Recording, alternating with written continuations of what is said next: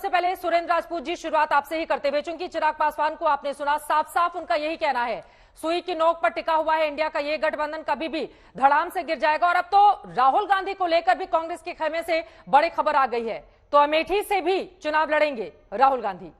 सुरेंद्र जी, आपके यूपी अध्यक्ष ने बोला है। तीन चार चीजें हैं चित्रा जी।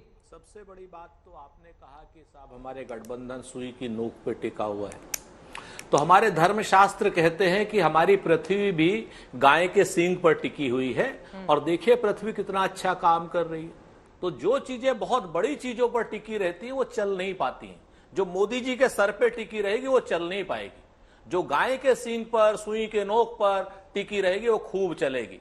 तो ये जो अधर्मी लोग हैं, ये इन लोगों के लिए बहुत स्पष्ट है कि धरती माँ भी हमारी गाय के सींग पर टिकी हुई है। इस चीज को ध्यान रखना चाहिए। लेकिन अब वो पासवान जी हैं बेचारे, अब इनका क्या नाम, इनके चाचा अलग, भतीजे अलग, इनका तो इस दिल के टुकड़े हजार हुए, कोई यहाँ गिरा कोई वहां गिरा। चाचा कह रहे हैं हाजीपुर नहीं आने देंगे, भतीजा कह रहा है फलानी जगह लड़ेंगे। इनके लिए इतना समय देना बहुत वो नहीं है। तो आपको एक चीज बता देता हूँ कि हमारा गठबंधन तो बहुत मजबूत है। अमेठी से चुनाव लड़ेंगे। अभी सुन लीजिए सर। अरे चित्रा जी, अमेठी से चुनाव, देखिए मैं अच्छा पहले चलिए इस पे भी बता देता हूं। आप तो नाराज हो जाती हैं बीच उसमें, अगर हम मोदी जी कुछ कहने लगे आप नाराज हो जाती हैं, बड़ा मसला है। हम आपको 3-4 चीजें कहते हैं चित्रा जी।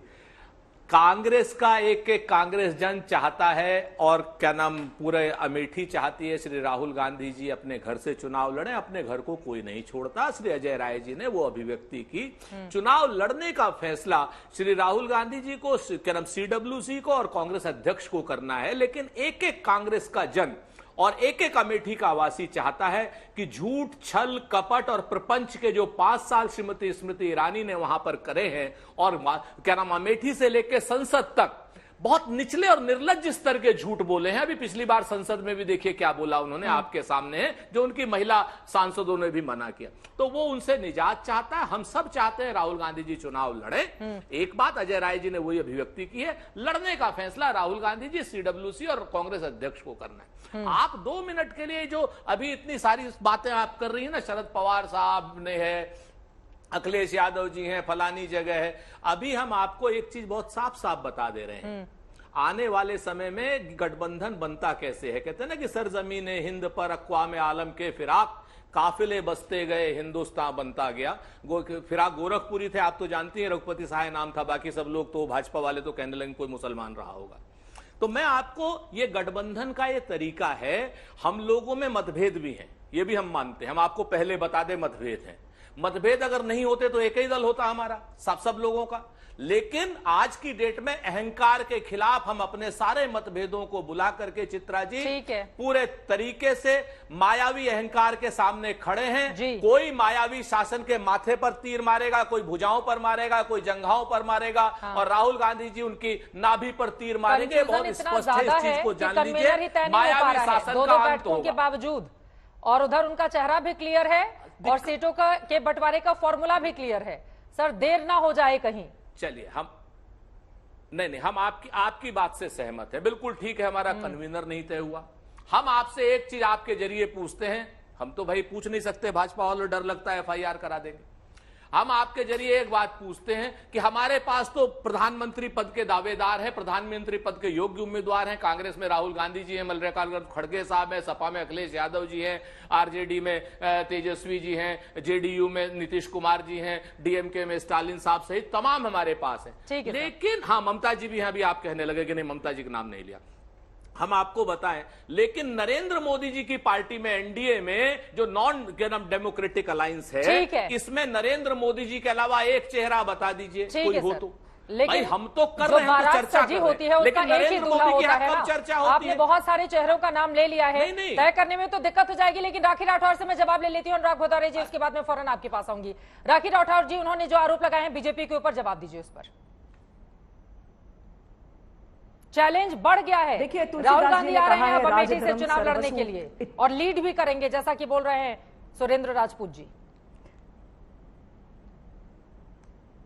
चित्रा जी, अपनी बात की शुरुआत मैं तुलसीदास जी के दोहे से करना चाहूंगी। राज धर्म सर्वसु इतनो ही जिन मन महम मनोरथ गोई। जैसे मन में बहुत सारे विचार, बहुत सारे मनोरथ होते हैं, वैसे ही राज धर्म के अंदर बहुत सारी लोक कल्याण की योजनाएं और बहुत सारे पवित्र भावनाओं की जरूरत होती है, जबकि घमंडिया ग्रुप में ये सब नहीं है। वहां पर हम देखते हैं कि सिर्फ परिवार को कैसे पालना है, कैसे भ्रष्टाचार करना, और इन दोनों को पाने के लिए कैसे तुष्टीकरण का रास्ता अपनाना है, इस तरह का काम जो है वो घमंडिया ग्रुप द्वारा किया जाता है। तो इसीलिए किसी भी तरह की बात की जाए, आज जनता जानती है, आज जनता का विश्वास जो है वो प्रधानमंत्री जी पर है, किस तरह से उन्होंने भारत को पूरे विश्व में गौरवान्वित किया। और देखिए, सुरेंद्र जी ने जो भी बातें की, उन बातों के अंदर कहीं पर भी अपने विजन को नहीं बताया कि कैसे भारत का विकास किया जाएगा, कैसे हम आगे बढ़ेंगे, क्योंकि हमारे जो स्तंभ है जिसके ऊपर ये स्वार्थ का गठबंधन बना हुआ है, वो सिर्फ परिवारवाद, तुष्टीकरण और भ्रष्टाचार पे टिका हुआ है। आप अमेठी की बात करते हैं कि कौन अपना घर छोड़ के जाएगा, घर छोड़ के जाना पड़ेगा अगर आप जनता का काम नहीं करेंगे। अगर अमेठी की बात करते हैं तो आज भारतीय जनता पार्टी के आने से पहले 80% घरों के अंदर टॉयलेट्स नहीं थे, 60% घरों के अंदर लाइट्स की व्यवस्था नहीं थी। अगर वहां पर मेडिकल कॉलेज की जमीन को हड़पने का काम किया तो वो गांधी परिवार के लोगों ने किया। वहां सैनिक स्कूल बनाना, मेडिकल कॉलेज बनाना, 7.5 लाख से ऊपर लोगों को फूड पैकेट्स डिस्ट्रीब्यूट करना, ये भारतीय जनता पार्टी ने काम किया है। और हम हमेशा इस बात को कहते हैं, जब सरकारों की बात हो तो कामों के हिसाब से उसका कंपैरिजन होना चाहिए कि कौन किन के साथ काम करेगा, कौन कहां पर चुनाव लड़ेगा, जनता किसको विश्वास देगी। ये सब और सब सिर्फ इस तरह की ऊपरी बातें करने से कुछ नहीं होगा। चित्रा जी, ग्राउंड पे क्या किया है वो इंपॉर्टेंट है। अगर आपने काम किया होता, क्योंकि अमेठी तो बहुत पहले से आपके साथ थी, आपने ऐसा क्यों किया कि अमेठी में डेवलपमेंट हम नहीं कर पाए? क्योंकि हमें सिर्फ एक परिवार को आगे प्रोग्रेस कराना है, हम सिर्फ और सिर्फ भ्रष्टाचार करना चाहते हैं। और जैसी मंशा होगी वैसी ही जनता उस तरह का आपके सामने जो है उदाहरण पेश करेगी, और इसलिए जनता एक्सेप्ट नहीं करेगी। जिस तरह का काम हमने किया, उन काम के बूते पर चित्रा जी हम जाएंगे अमेठी में, हम 2024 के अंदर पूरे देश भर में जाएंगे। और जिस तरह से भारत को गौरवान्वित करने का काम किया, जनता निश्चित तौर पर प्रधानमंत्री जी पर अपना विश्वास फिर से कायम करेगी। प्रियंका गांधी भी वाराणसी आ रही हैं, खबर है ये है कि कैसे परिवार को आगे लाया जाए। जी, 2019 में कहीं भी आए, हालांकि चैलेंज देती हूं, जहां भी आना आइए, अपने कामों के बूते पर आगे जाएंगे। ठीक है। और 10 सेकंड और लूंगी मैं चित्रा जी। 10 दिशाओं में जो घमंडिया ग्रुप है, इनके लोग जा रहे हैं, मुझे लगता है आगे चल के दिशाएं भी खत्म हो जाएंगी। जिस तरह से इनके स्टेटमेंट्स आते हैं, चाहे दिल्ली का कहूं, चाहे पंजाब में और चाहे महाराष्ट्र में, लगातार जिस तरह की सिर्फ टवल अलग अलग विचारधारा के लोगों के मिलने की वजह से हुई है। जनता जानती है कि इस तरह से लोगों को अगर आगे लाया गया तो निश्चित तौर पर हमारे देश दो लाइन में सुरेंद्र राजपूत जी, 2 लाइन में वो कह रहे हैं विकास के मोर्चे पर जनता जानती है कि सिर्फ मोदी सरकार ही उसको लेकर आगे बढ़ सकती है, और कोई भी आए चुनाव लड़ने के लिए बीजेपी को फर्क नहीं पड़ता है। बिल्कुल, इनको तो बेशर्मों को कहां फर्क पड़ता है। चोरों को सब चोर नजर आते हैं, डकैतों को सब डकैत नजर आते हैं। जितने आरोप राठौर जी ने लगाए हैं अमेठी पर, अगर आप या तो उनको प्रूफ करें और नहीं तो माफी मांगे, और नहीं तो इनके खिलाफ कानूनी कार्रवाई भी होगी। अमेठी को हमने HAL दिया, अमेठी को हमने IIIT दी, अमेठी को हमने BHEL दिया, अमेठी को हमने BEL दिया, और आप चोरों ने, चोर हैं आप, जनता ने विश्वास क्यों नहीं किया? ले गए। आप मुझे विश्वास मत दिलाओ, राजपूत जी, जनता को विश्वास दिलाओ। चौकीदार चोर है 2019 में ही लेकर आए थे आप लोग। जनता को विश्वास दिलाइए। सुरेंद्र राजपूत जी, चौकीदार चोर है 2019 में ही लेकर आए थे आप लोग, क्या हुआ फिर उसका? अमेठी की जनता के सामने आपने, मैंने कहा डकैती की डकैत है आप लोग, बीच में मत बोलिए। डकैती की आपने वहां फूटपाथ, वहां से आप चुरा करके ले गए, आप वहां से पेपर मिल चुरा के ले गए, आप जनता को आपने आंखों में छल, कपट और निष्ठा की आपने जनता के साथ।